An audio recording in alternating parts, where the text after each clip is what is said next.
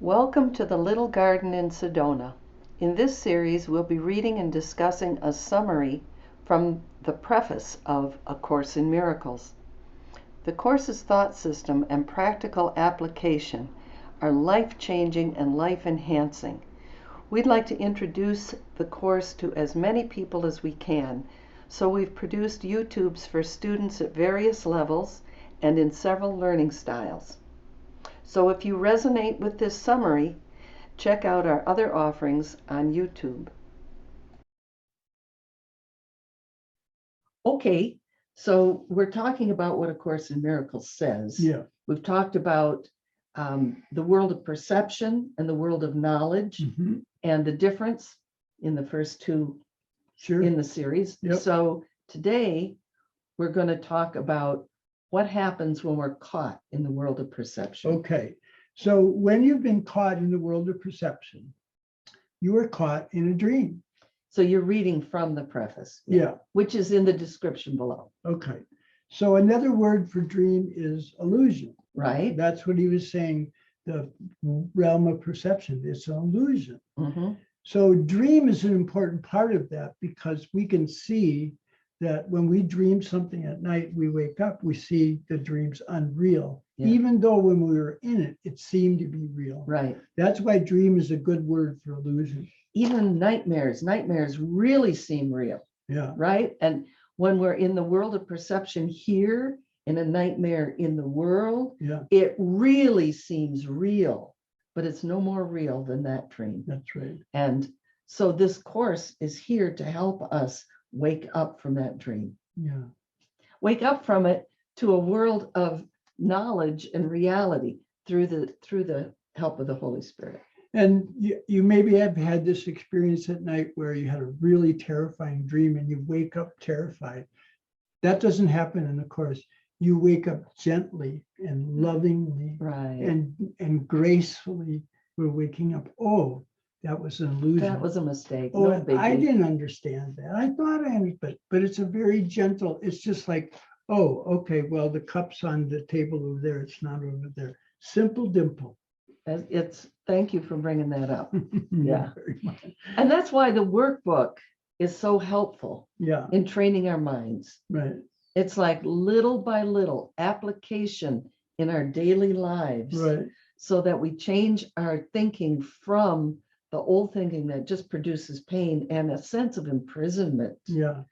To a sense of creation and extension and loving and peace. Yeah. Yeah. And you can't emphasize the gentleness so much because it's not like this scolding voice that says, wake up, buddy. It's not like that right. at all. Right. All right, let me go on here. Yeah.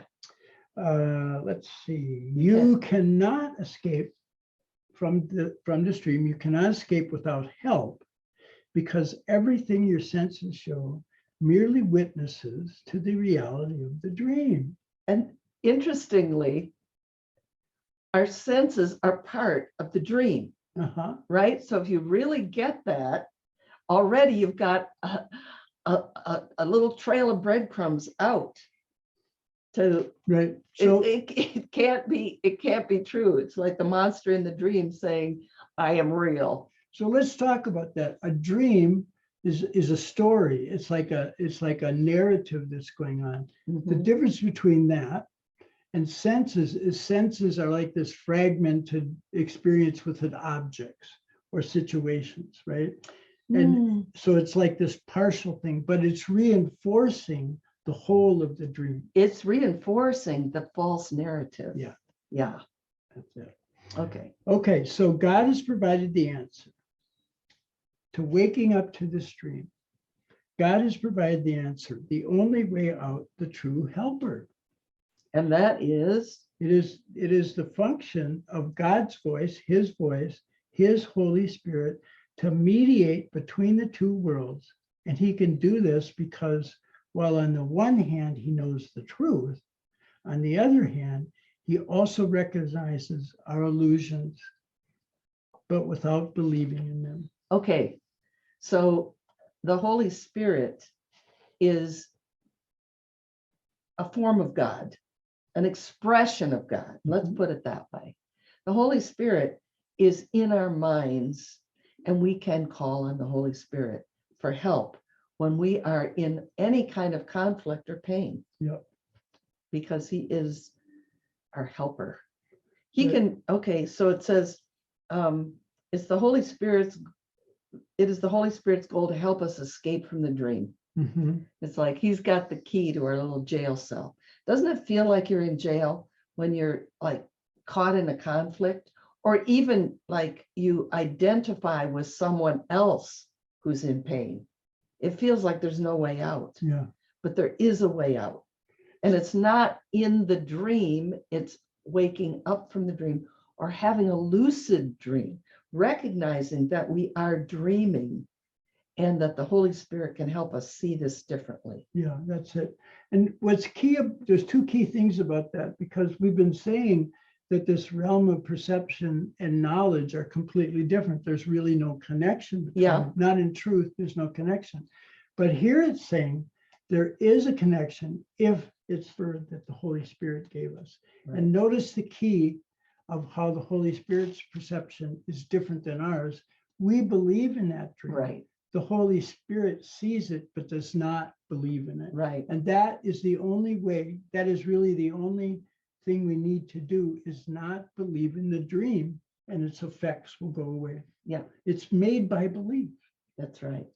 That's right. Yep. And we know clearly I can have a mistake in belief. I can change my mind.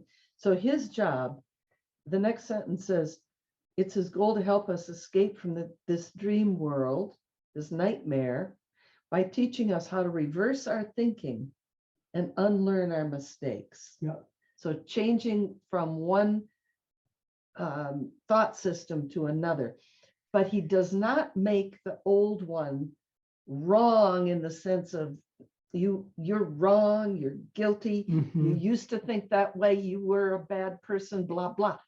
The Holy Spirit does not punish us. So the word there that's really key to why this is awakening up, a very gentle way, a very simple way, is that technically learning in the Course is unlearning. And that's what he's saying. We just simply unlearn our mistakes. Right. Right. That's all they were. They weren't sins. They were a belief that we learned, and we just have to unlearn and let go of that. Right. And we're very familiar with learning and unlearning. In fact, learning and belief is how we made up this illusionary dream. And that's why the Holy Spirit has to use learning and beliefs. Yeah. A very familiar thing to us. If we're walking on the planet, we understand learning, we understand holding a belief, we understand false beliefs and true beliefs. So the Holy Spirit has one major learning aid, and that is forgiveness. And we'll talk more about that in the next video. All right.